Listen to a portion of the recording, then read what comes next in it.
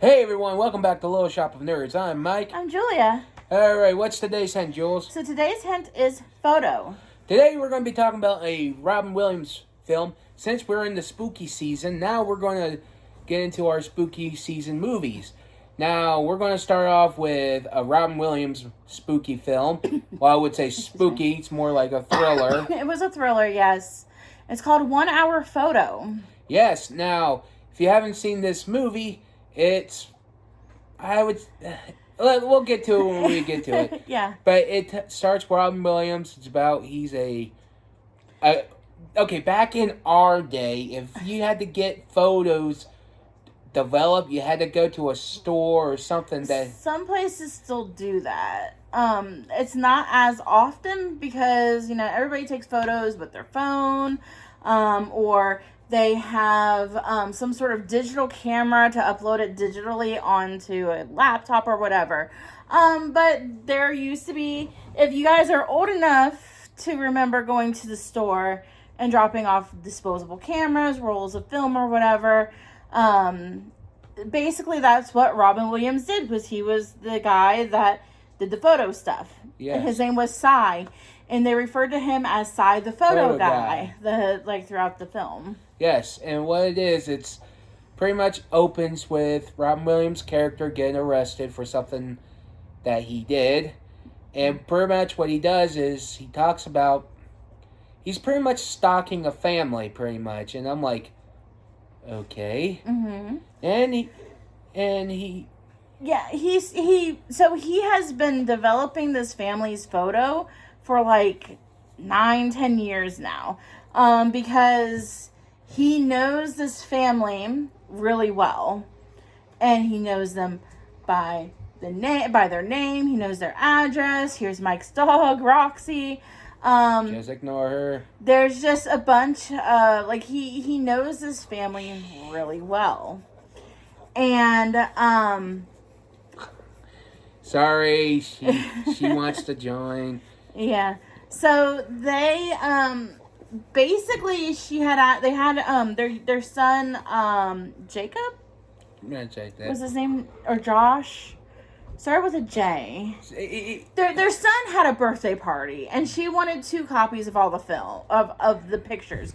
Well, he writes down 3, because what we find out that he's doing is he is taking their photos, like that 3rd copy of the photos, and then he made the photos bigger. So then when she came in to pick it up the next day, she's like, or later on that day, she's like, "Oh, we didn't want this size." And he goes, "Oh, I did it, no charge." And then he's giving out a free camera to the little boy. Pretty much, yeah. So we see the family. Okay, so the husband and the wife are fighting. Their marriage seems to be rocky. She's like, "You're not here. You're not emotionally available." And he's like, "Well, I have to work all the time if we want to continue to have this lifestyle that you want." He's like, "You wanted this house. You wanted the Mercedes. You wanted this. You wanted that." And, pretty much the dude being a dickweed. yeah. And, of course, the little boy hears it. And Yep. So when Robin Williams' character, when Cy got arrested, we don't know what he got arrested for until he starts telling his story. Yeah, and he pretty much does it all. And even the kid says he's alone, and the mom's like, nah, he's not alone. And actually he is. Mm-hmm. We don't know about he has no photos of his family. Everything in his apartment is like a complete slate. Yeah, he went to some sort of flea market, and he was looking through some old photos, and he found one photo, and he bought it, and then he used that to tell the mother that, "Hey, this was my mother. She passed away a few years ago." And it was just kind of he was definitely mentally unstable, because he was making up scenarios in his head where he would be considered an Uncle Cy in this family. I don't think he wanted to get with the mom or anything like that. I don't think he wanted to molest the kid or anything like that. I think he just wanted to feel like that he belonged somewhere, because every time he would fantasize about himself being with this family. He was in like an uncle position. And he is definitely very, very unstable throughout this movie. The movie is fairly short too. It's only like an hour and a half. Yeah, which is surprisingly short. Yeah, so we go. So this video might not actually be very long, but we just see him like trying to become friends. So like, the little boy wanted an Evangelion, which shout out to all my anime friends or anime peeps out there who know of Neon Genesis Evangelion. So this little kid who should not be watching Neon Genesis Evangelion, by the way, he wanted a figure, which I did not know they had figures like that in 2002. But no, this movie took, this movie was like 2002-ish, 2000. I didn't think Neon Genesis Evangelion toys were available at that time. Yeah, either way, the kid... And some like Save-A-Lot type store, Save Mart or whatever. Yeah, and it's even funnier how he like couldn't pronounce, like, he kind of got the plot of the anime wrong too, I think. Yeah, the little kid did, yeah. And definitely I'm like, wrong. You have that and you don't know the anime. What's wrong with you? Now, I bet you anything, like the real Robin Williams in real life knows that anime because he was... he really liked Zelda and anime and stuff when he was alive. No, I'm surprised he never did a Studio Ghibli film. I am surprised by that too. I'm like saying he could do one. Yeah. Well, you know, it might have had something to do with Studio Ghibli. All of their films go through Disney. That too. And Robin Williams has had did have a falling out with Disney at one point because of what happened with Aladdin. If you guys don't know about that, we will actually talk about that when we do Aladdin. Yes. Which we should do pretty soon. Yeah, and like I said, the pretty much we see him going through everything. Like, he meets the husband, but we also see the reason what he does for the photo job. Some say he has to discard, like, certain photos because, perverts, do it with... Yeah, he talks about how all these different people come in with, like, different photos. Like, you've got, like, this one woman who takes pictures of nothing but her cats. And then this one woman comes in, her name was Maya, I think. And he found photos of the husband with her. Having an affair. And he cries over it. And then he makes the decision to put, I think, some of her photos or all of her photos in with the Yorkins. That's the last name, the Yorkins photos, because they did the mom and the son came in with their camera, the little disposable camera that he gave the boy. He wanted to get his photos developed, and he put those photos in there so she could find out. And then he follows them, sees her pull over to the side of the road, and at that point, I think he knows that she found out. Yep. And then she goes home and he's watching from outside, and he's like, what the hell is wrong with this family? Because they're just having dinner like nothing was happening.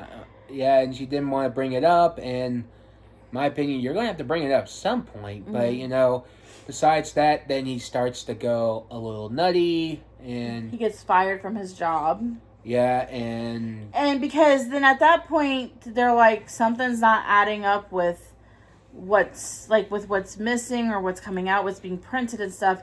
So then the only other person was him, and they fired him just because things weren't adding up. So then he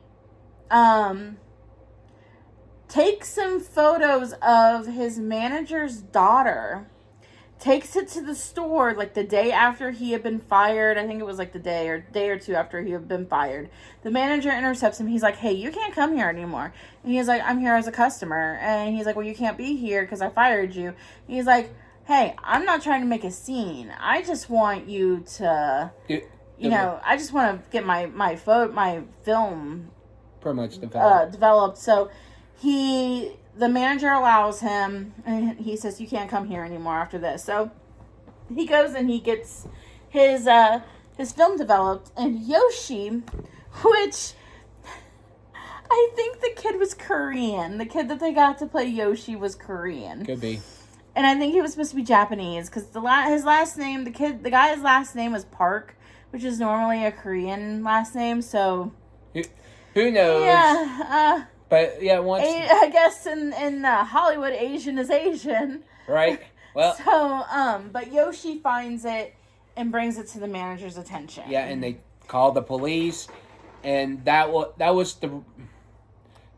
my sister's ice maker. Kind of scared me a little bit. Sorry about that. And like I was saying, brings it to the police. What it is, Robin Williams' character wanted that because he knew it was going to happen. What happens is next, Robin Williams' character goes to the hotel that the husband is staying. Well, first he goes to the Yorkin building, and he sees Maya and Will is his name. Yeah. Sees them leave together, and he follows them to the hotel. And then he pretends and gets, like, all of their, like, what room they're in and stuff like that. And then he gets a room. Yep. And then, he goes down... He goes to their room, pretty much tortures them, takes pictures of them, having an affair, and I'm like, oh, shit. Yeah. And then he gets caught there at the hotel, and then that's where it picks up is, he's trying to evade getting caught. Yep. But it does eventually get caught. And then... that's where he's at now. So they develop the photos, and they hand him the photos, and the photos didn't have anything with Will or Maya on them. They were just like light fixtures and stuff around the hotel. I honestly thought though, like when he was in his room and everything, like I thought that he was waiting for them to come get him. Mm-hmm. But he was trying to get away without being caught.